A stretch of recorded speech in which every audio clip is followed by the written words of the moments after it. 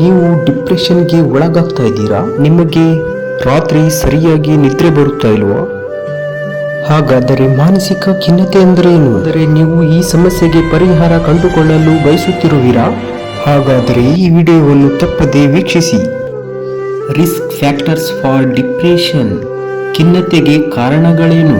Unemployment, ನಿರುದ್ಯೋಗದ ಸಮಸ್ಯೆ,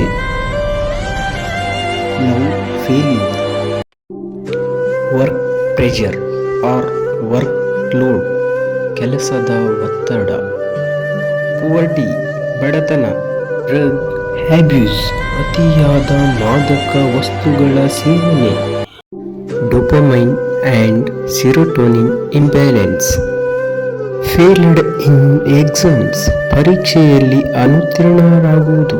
sign and symptoms of depression: alcohol abuse and smoke, ಅತಿಯಾದ ಮದ್ಯಪಾನ ಮತ್ತು ಧೂಮಪಾನ ಮಾಡುವುದು. ಸೂಸೈಡಲ್ ಥಾಟ್ಸ್, ಕ್ರೈಯಿಂಗ್, ಅಳುವುದು. ಇನ್ಸೋಮ್ನಿಯಾ, ಕಡಿಮೆ ನಿದ್ರೆ ಮಾಡುವುದು.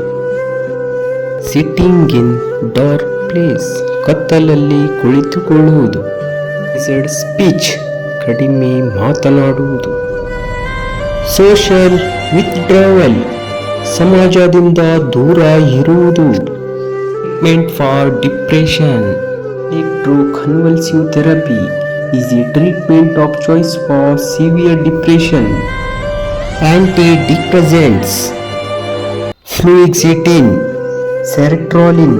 ಪ್ರಾಬ್ಲಮ್ ಸಾಲ್ವಿಂಗ್ ಥೆರಪಿ: ಸಮಸ್ಯೆಗೆ ಪರಿಹಾರ ಕಂಡುಕೊಳ್ಳುವುದು.